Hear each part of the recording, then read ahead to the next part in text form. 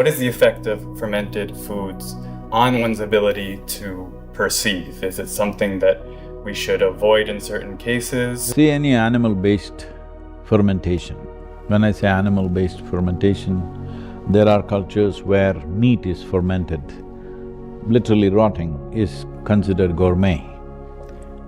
There are parts of the world where it is eaten like that.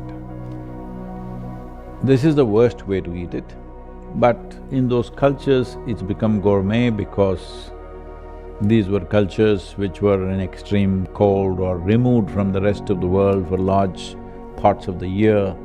If they had to eat food, they had to learn to eat and enjoy rotting meat, otherwise they would be dead probably in those days. Similarly, I know this is a dangerous terrain to walk into in Western world, cheese, which is also comes from that kind of thing. When winters came, people would have nothing to eat to keep their calories going, the only way was cheese. These are all the most terrible things to eat, if you ask me, if you are thinking of perception. When we look at perception, the way to look at it is, whatever makes your body heavy and opaque in your experience, makes you feel the body is lumbering to digest that, that's not good for your perception, because body is made like this. If any one activity takes too much energy and effort, the other activities will recede. It's as simple as that. Suppose you're using your phone playing too many videos, when you want to make the call, there's no power, the battery is out. It's just like that. You're using it too much on one level, another level goes down. So to keep the digestive process being a survival process, to keep it at where it should be, nothing more, nothing less, is important. Some fermentation will multiply the gut biome in many ways. So, when it comes to fermented food, it should be under your control. For example, in southern India, one fermented substance which is consumed daily in breakfast is idli dosa. If you go north of Bangalore, we will not touch it. At least I will not. Because one thing, the idli feels like a golf ball. In the south, idli feels like a flower. As you go north, it becomes a golf ball, you could play with it. And they don't know how to ferment. They have over-fermented it all the time. So in south, it's becoming difficult there also. Otherwise, every woman at home would know, she'll just always with little finger, they touch it like that. No, this can't be used. They would simply know. Or if you're not very sensitive, if you smell it, if it's gone beyond a certain point, you will know it's fermented beyond a point where you should not eat. So this kind of fermented thing, we always go and offer to our flowering plants, because they flower better when they get this fermented dough. But once we see that it's fermented beyond that, we don't eat. The next thing is the curd, or what you call as yogurt. It is just overnight fermented, it must be still sweet. If it's becoming sour, little sourness is okay, if it crosses that, we won't eat. Because if you ferment it beyond a certain point, then it creates a biome of its own, not support your biome. Little fermentation adds fuel to the existing stuff that is… Your stomach or your alimentary canal is fermentation, but it is a certain… fermentation is a certain culture, all right? Is it the right word, sir? Yeah. It's a culture. Yeah. It is a certain culture. So you want to culture this in a certain way that's beneficial for you, not simply culture it whichever way. If your stomach feels like a beer factory, then what? You're talking about perception.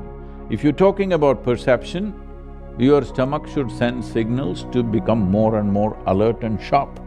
If it makes you like this, then where is the perception? So one thing is, any animal food which is fermented, we normally don't eat at all. If you must eat a little bit of curd, but that is only overnight fermented, 6 to 8 hours.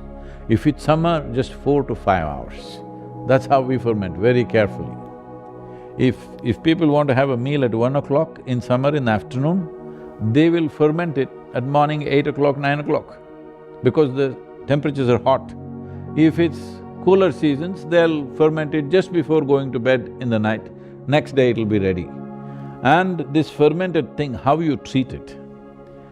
These days all this is gone, people around my table, I'm always trying to bring some sense to that. In our homes, if there is a curd which is just caked, you can't just put a serving spoon like this. You have to gently take from one side. Always they would tell us, it's alive. You have to handle it gently. Just from one side you take it and use it because it's live, it's living. You can't just plunge it in like that and put it. See, United States America has to do a lot. I appreciate why it's become like that because it's a matter of 200, 250 years. When they came, people came here to a wild land. They sat and ate wherever, they stood and ate wherever. Even today they're doing that, they need not do. They've achieved a certain level of education, civilization, affluence. Now you must do what's best for you. I'll tell you my experience. One day I'm driving in Washington, D.C., in the business district, not in the political part, in the business where CEOs and lawyers and others are there. I don't know what these people are. Maybe CEOs are all young people, less than 35 years of age, all young people, obviously from Ivy League kind of people. And looking at their clothes and how they are, they're very well-to-do.